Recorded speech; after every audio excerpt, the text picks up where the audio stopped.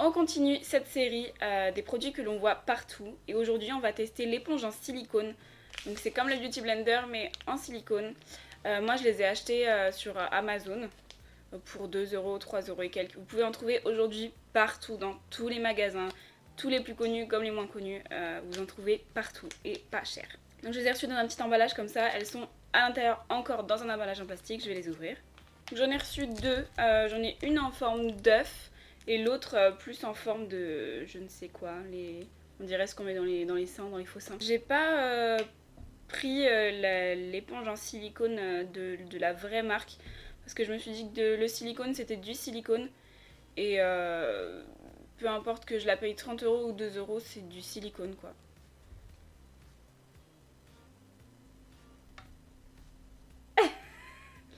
Il y a mon chat qui s'est invité sur le tournage. Alors Mimi, ça va pas être possible. Mimi, s'il te plaît. Il faut que tu partes là. Il faut vraiment que tu partes, je te jure. Ou alors tu dis bonjour mais tu fais quelque chose. Super. Bon. Je vais attendre qu'il ait fini ses conneries. Il est en train de se frotter mes éclairages. Mimi, tu es en train de tout gâcher là. Je sais que les vidéos de chat, ça fait des millions de vues. Mais là en fait on ne te voit pas. Juste tu fais tout bouger et tout tomber en fait.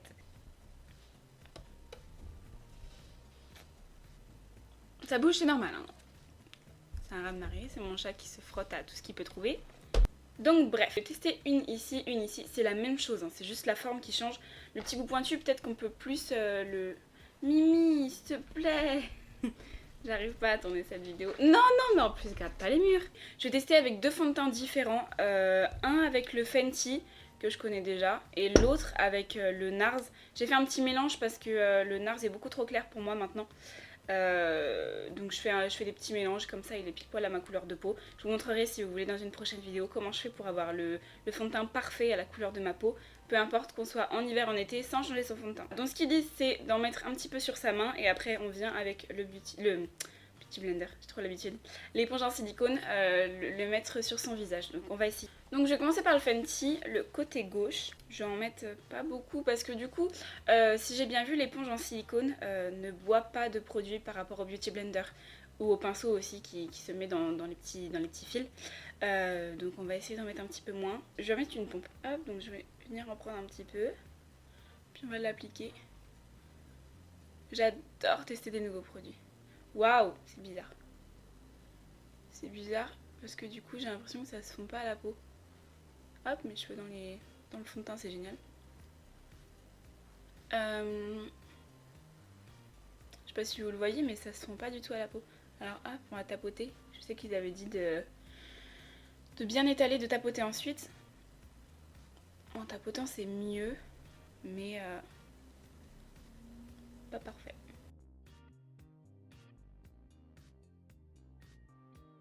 C'est pas désagréable, mais je sais pas, je trouve que la sensation est spéciale quand même. On dirait qu'on est en train de gaspiller du produit parce qu'il va pas aller dans notre peau. Ah, j'en suis dans les cheveux. Voilà, donc résultat. Donc là c'est le côté où j'ai pas de fond de teint, là le côté où j'ai du fond de teint avec la petite éponge en neuf. Et résultat. En fait, avec le Fenty, le problème du Fenty, c'est un problème, c'est qu'il est très sec et du coup il faut le manipuler très très vite parce que sinon il sèche directement dans la position où il est et c'est une catastrophe, vous n'avez pas eu le temps de l'estomper. Et là en fait c'est ce qui s'est un petit peu passé, pourtant je me suis dépêchée, mais ça me fait quelques traces de sécheresse, ça me fait quelques traces en fait parce que je pense que le Fenty il a besoin d'être bu un petit peu en fait, je sais pas trop. C'est pas dégueu, hein, c'est vraiment pas dégueu, vous avez pas des grosses traces, mais je sens que j'aurais pu plus le travailler en fait avec une éponge ou avec un pinceau. Bon bref voilà, écoutez, on va attendre que ça sèche un petit peu, mais franchement le résultat est pas mal, hein. Le résultat est pas mal, mais là tout de suite je préfère le résultat avec le pinceau plus le Beauty Blender. Donc on va essayer de l'autre côté avec l'autre petite éponge. Hop, celle-ci, c'est la même, hein, c'est juste la forme qui change. Donc hop, je prends mon petit pot, ça va pas être très, très évident, mais hop, je vais essayer d'en prendre pas trop. Je prends un tout petit peu dès le début. Je vais venir appliquer, hop, et tapoter. C'est vrai que par contre, il y a besoin de beaucoup moins de produits. Hein. Ça, c'est totalement vrai. Surtout que le NARS est un peu épais. Et là, je vois direct que... D'habitude, j'en aurais mis beaucoup plus que ça. Beaucoup plus. J'aurais mis mon pinceau, j'aurais trempé dans le pot. Il n'y en aurait même pas eu assez.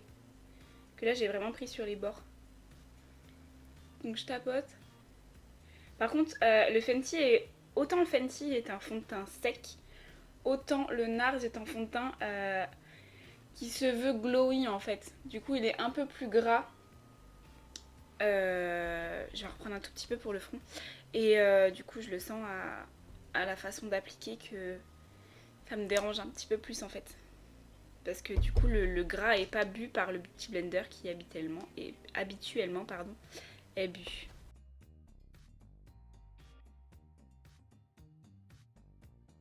Lequel je pourrais préférer, on va dire? En fait, ni l'un ni l'autre. J'ai d'un côté un fond de teint assez sec qu'il faut travailler rapidement et qui, je trouve, là, n'est pas aussi couvrant que d'habitude.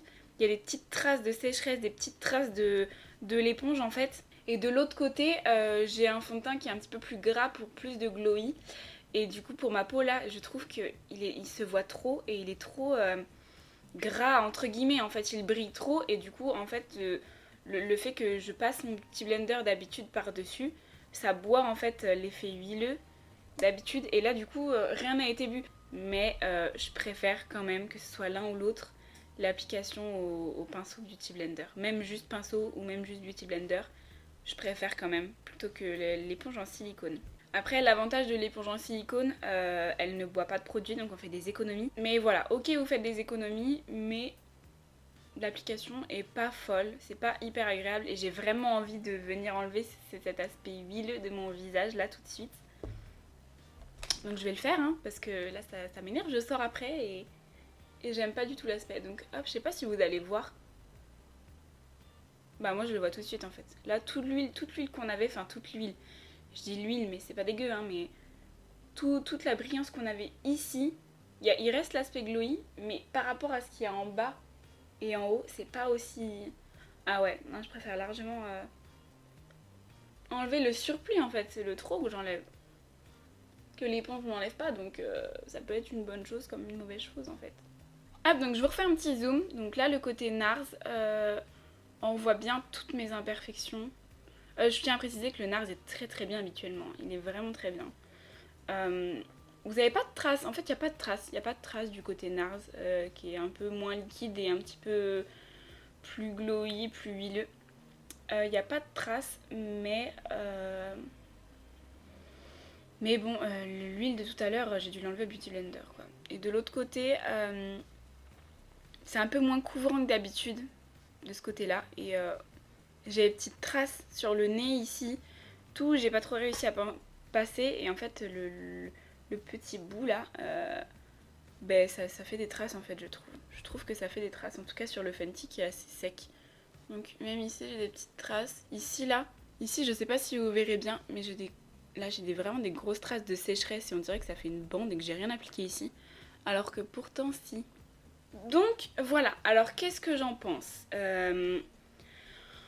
si vous avez des pinceaux et des beauty blenders, je trouve que même si c'est pas cher, 2-3 euros, je trouve quand même que ça sert pas à grand chose d'avoir ça. Vraiment, pour étaler le fond de teint, c'est pas si top en fait. Ça vous fait des traces. Voilà, c'est... Peut-être que l'effet, on perd du fond de teint, on perd de la matière et l'effet, ça boit de la matière du beauty blender. Au final, peut-être que c'est pas si mal que ça. Parce que ça boit le surplus qui aurait fait des traces par-dessus. Et là, du coup, on a un peu les traces. C'est vraiment pas catastrophique. Hein. C'est pas catastrophique, sauf que vu que j'ai déjà testé avant le pinceau et le Beauty Blender, et ben je préfère en fait. Je préfère largement. Donc voilà. Est-ce que je m'en resservirai? Franchement, je pense pas. Enfin, vu que l'effet est moins bien, je vois pas pourquoi je m'en resservirais en fait. J'ai pas de... Peut-être que si un jour j'ai vraiment une fin de fond de teint et que j'ai besoin de ne pas perdre de produit, peut-être, mais vraiment je vois pas trop l'intérêt.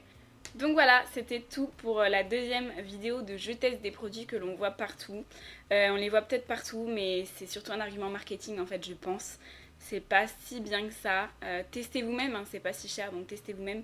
Mais franchement, moi là j'ai testé, j'avais envie de tester, je me suis dit ça se trouve, ça boit pas de produit, tout ça c'est génial. Mais je trouve que ça fait des traces en fait. Je trouve que ça fait des traces et je suis obligée derrière de repasser au Beauty Blender.